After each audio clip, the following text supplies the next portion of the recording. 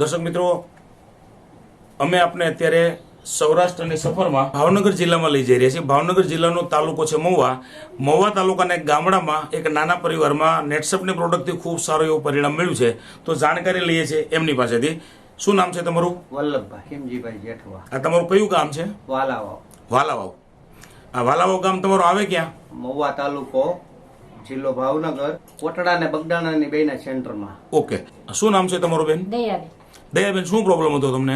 મને તાવ આવી જતો ને કફ રહેતો ને શરીરનો દુખાવો હતો. અચ્છા, તાવ કેટલા વર્ષથી આવતો હતો? તાવ આવતો 6-7 વર્ષથી. 6-7 વર્ષથી. તો આમાં આપણે વલ્લભભાઈ કઈ કઈ જગ્યાએ દવા લીધી હતી? કલસર સદભાવના હોસ્પિટલમાં. પરવીનભાઈ ડોક્ટર. પછી પડિયા સાહેબ મહુવા. અચ્છા, બે જગ્યાએ દવા લીધી પણ એમાં કઈ સફળતા મળી. પછી આમ બીજી કોઈ જગ્યાએ દવા લીધેલી?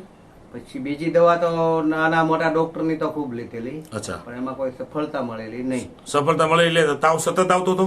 હા, તાવ તો રહેતો જ. એ સમયમાં તમે આમ કઈ ઘરકામ કરી શકતા હતા ખરા?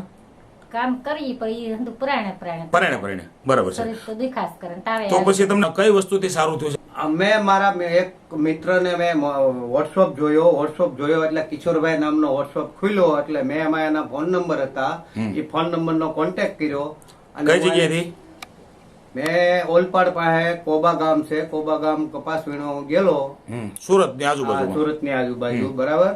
હવે ક્યારે પછી મેં કિશોરભાઈ નો કોન્ટેક્ટ કર્યો એટલે મેં પૂછ્યું, મેં કીધું ભાઈ આ રીતનું પ્રોબ્લેમ છે મારા બૈરવ ને, તો કે તમે હરૂબરૂ મળો.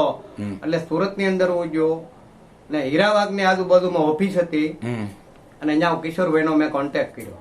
પછી કિશોરભાઈએ પછી મને આ ડબ્બા આપ્યા. દોસ્તો, આ જે ડબ્બો આપણે જોઈ રહ્યા છીએ, આ પાવડર છે ન્યુટ્રિશનલ ફૂડ સપ્લિમેન્ટ, એટલે કે પૂરક આહારના સ્વરૂપમાં છે. એક પ્રકારનો સારી ક્વોલિટીનો ખોરાક છે. કેટલા પાવડરના ડબ્બા પીવડાવ્યા છે? બે. એની સાથે શું લેવડાવ્યું છે? એની સાથે કેપ્સ્યુલ. બતાવો તો કેપ્સ્યુલ. હવે આ કેપ્સ્યુલ હતી. હા, કેટલા પેકેટ આ કેપ્સ્યુલના પીવડાવ્યા હતા? આ કેપ્સ્યુલના 4 પેકેટ. બીજું પછી બાજુમાં બીજું પેકેટ છે, એ બી 4. 2 મહિના. 2 મહિના આ વસ્તુ પીધા પછી બેન હવે તમને કેવું લાગે છે? તાવ આવતો હતો, એમાં હવે કેવું છે? હવે તાવ ન આવતો, હવે સારું છે. પછી તમે કઈક કફની વાત કરતા હતા, એમાં કેવું છે? એ સારું છે. પછી ઘરકામમાં કેવું લાગે છે? હવે બધું કામ થાય છે. અને કામમાં સ્ફૂર્તિ કેવી લાગે છે? વલ્લભભાઈ, તમે એમના કેસમાં ખર્ચો કેટલો કરેલો? ખર્ચો મેં 80-90 નો કર્યો. 80-90 ના ખર્ચમાં છતાં તાવ કેટલા દિવસે આવતો હતો? 8 દિવસ, 10 દિવસ, 5 દિવસ સતત તાવ ચાલુ જ હોય.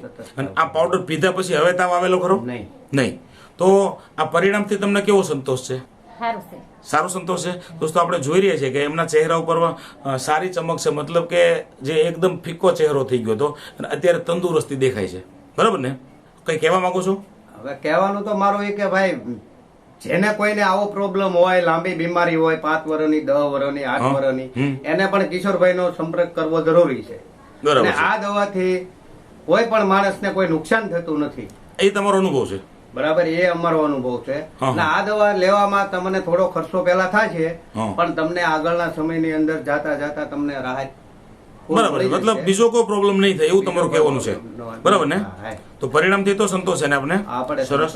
તો જાણકારી જે તમે બંને આપી છે તે બદલ બંનેનો ખૂબ ખૂબ આભાર.